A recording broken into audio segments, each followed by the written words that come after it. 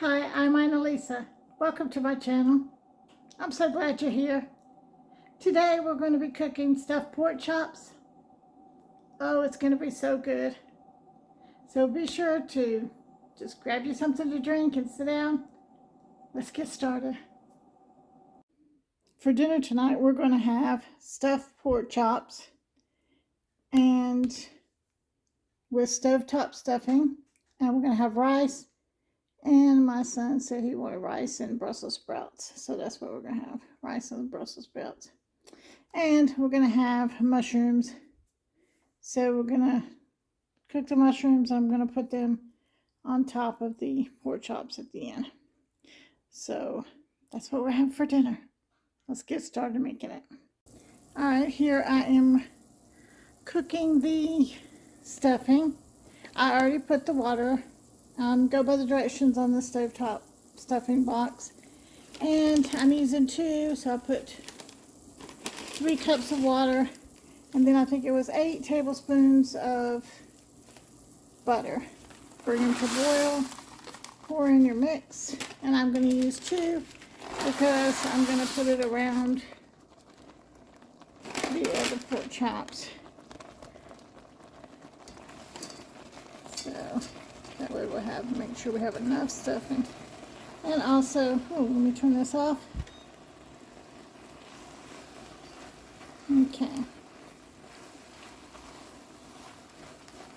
And sorry, I'm stirring and not paying attention to the camera. Okay, so this is not a cooking show, y'all. Obviously. Oh, goodness. I just cracked myself up. Okay. And it could be a little moister, so I might add a little bit more water to it. I have to look after I get off the camera. Oh, goodness. All right. Stay tuned. Here are the mushrooms. And I put probably about a teaspoon of oil in there because my pan, I use it all the time, so sometimes things stick. But mushrooms, of course, wouldn't stick, but I just put a touch of oil in there. And I broke up the mushrooms. I don't like them whole. I like them in little pieces. So we're just going to cover these up and let them cook. So here we go. Cover them up and let them cook. Okay, here I have 2 pork chops that are butterflied. That just simply means they are cut horizontally. If you have the pork chop here, you're cutting along the side here, horizontally. I'll show you. See, they fold over like this. So that's horizontal. All right, and I've already seasoned one side, and I'm going to season the other side. I always put parsley flakes on everything, so you put what you like on there. Okay, and I put a little garlic powder. Let's put a little bit more. Forgot this one. Gotta treat them the same, right? I just love parsley flakes. All right, and a little bit of salt. Just shake it on there. I don't measure, of course, you know. I'm trying to do everything one-handed because I don't like to touch the spices and stuff with the hand that I've touched the meat with.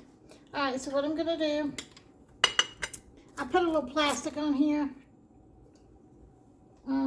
I'm funny about my meat, but we're going to put a spoon of this on here.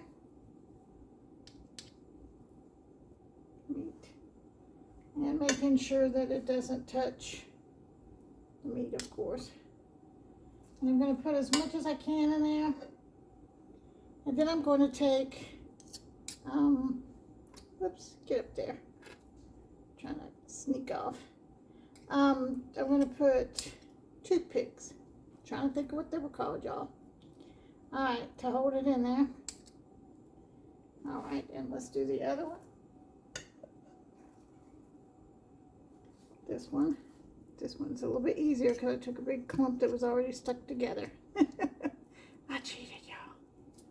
But this way, all right. Now, we are going to put toothpicks. Now, you may have an easier way to do this. I don't know of an easier way to do this. Other than putting toothpicks. And I'm going to mush it with my hand now. Come here. And push it in there. And I'm going to put a toothpick down in there, like so. There we go. And then that way it stays in. I always make sure that before I serve, my toothpicks are out. Especially with my son. He has Down syndrome, so I have to be careful of things like that with him. And bones and things. And then I put some toothpicks here on a plate. Now, if I don't use all those toothpicks, they will be thrown away because they are contaminated. So I would never use them again. So be mindful of that if you're doing that also. So make sure that you're... I didn't know how many I would need. And I didn't want to... I think I'm going to cook these for about 45 minutes.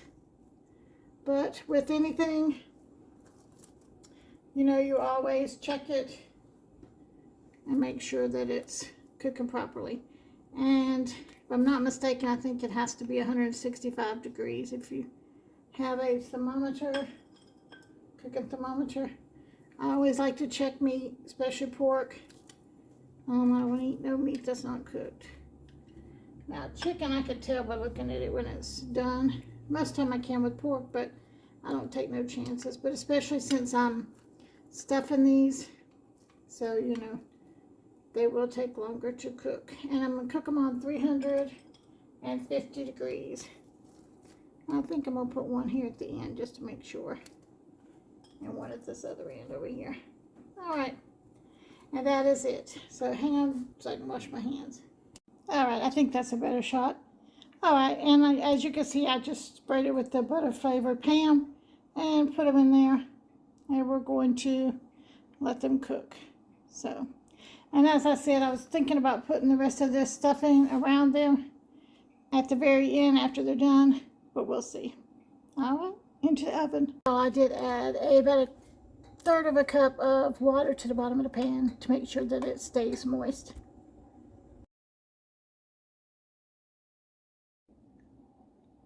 Here's dinner. Yum, yum. And there's our stuffed pork chop on a bed of mushrooms.